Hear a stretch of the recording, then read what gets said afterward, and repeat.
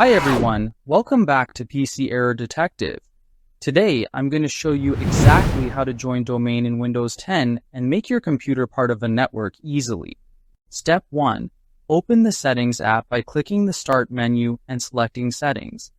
Then go to Accounts, which is where Windows manages all user and work-related settings, because this is where we can connect your PC to a domain. Step 2.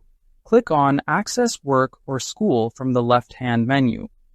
This section allows you to manage work accounts, school accounts, and domain connections, which is essential for joining your computer to a network domain. Step 3. Click Connect, and then select Join this device to a local Active Directory domain.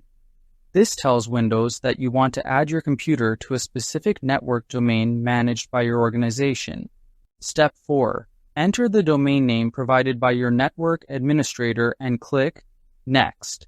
The domain name is usually provided by your company or school, and it identifies the network your computer will join. Step 5. Enter your domain credentials when prompted, then restart your PC. After the restart, your computer will be fully joined to the domain, allowing you to access network resources and policies. Thanks for watching, and don't forget to subscribe to PC Error Detective for more helpful Windows tutorials.